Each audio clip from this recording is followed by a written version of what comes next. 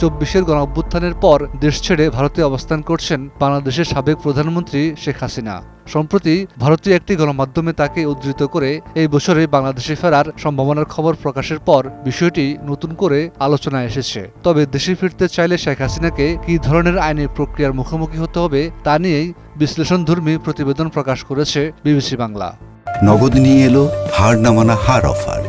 সর্বনিম্ন ১০,০০০ টাকা রেমিটেন্স নগদে পাঠালে থাকছে স্বর্ণের হার জেতার সুযোগ। প্রতিবেদন অনুযায়ী আন্তর্জাতিক অপরাধ ট্রাইব্যুনালে মানবতা বিরোধী অপরাধের মামলায় শেখ হাসিনার বিরুদ্ধে মৃত্যুদণ্ডের রায় এবং গ্রেপ্তারি পরোয়ানা রয়েছে। তবে ট্রাইব্যুনালের চিফ প্রসিকিউটর মোহাম্মদ আমিনুল ইসলাম জানিয়েছেন, দেশে ফিরতে তার আইনগত কোনো বাধা নেই। তিনি চাইলে স্বেচ্ছায় দেশে এসে ট্রাইব্যুনালে আত্মসমর্পণ করতে পারবেন। একই সঙ্গে বাংলাদেশ ও ভারতের মধ্যে বিদ্যমান প্রত্যর্পণ চুক্তির কথাও উল্লেখ করেন তিনি। তবে আইন বিশেষজ্ঞদের একাংশের মতে বাস্তবে দেশে ফেরা কয়েকটি গুরুত্বপূর্ণ বিষয়ের উপর নির্ভর করছে। সুপ্রিম কোর্টের জ্যেষ্ঠ আইনজীবী মঞ্জিল মুর্শিদের ভাষ্য অনুযায়ী শেখ হাসিনার সরকারের লাল পাসপোর্ট বাতিল হওয়ায় বর্তমানে তার কাছে বৈধ ভ্রমণ নথি নাও থাকতে পারে। সেক্ষেত্রে বাংলাদেশে ফিরতে সরকারের অনুমোদিত ট্রাভেল পাস প্রয়োজন হতে পারে। আর দেশে ফিরেই বিদ্যমান গ্রেপ্তারি পরোয়ানার কারণে তাকে আইনের আওতায় নেওয়া হবে।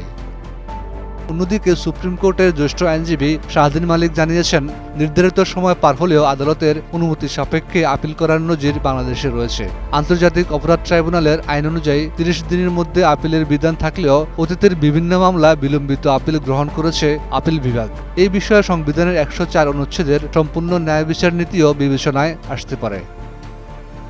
চিফ প্রসিকিউটরও জানিয়েছেন, পলাতক অবস্থায় কোনো আইনের সুবিধা পাওয়া সম্ভব নয়। শেখ হাসিনাকে দেশে এসে ট্রাইব্যুনালে আত্মসমর্পণ করতে হবে। এরপর কারাগারে থেকেই আপিল বা অন্যান্য আইনের প্রতিকার চাইতে পারবেন।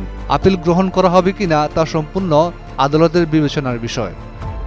প্রতিবেদনে আরও উল্লেখ করা হয়েছে, অতীতে শেখ মুজিবুর রহমান হত্যা মামলার মৃত্যুদণ্ডপ্রাপ্ত পলাতক আসামি আত্মসমর্পণের পর বিলম্বিত আপিলের সুযোগ পেয়েছিলেন। ফলে শেখ হাসিনার ক্ষেত্রেও চূড়ান্ত সিদ্ধান্ত নির্ভর করবে আদালতের আদেশ, আইনি প্রক্রিয়া এবং প্রয়োজনীয় প্রশাসনিক পদক্ষেপের উপর।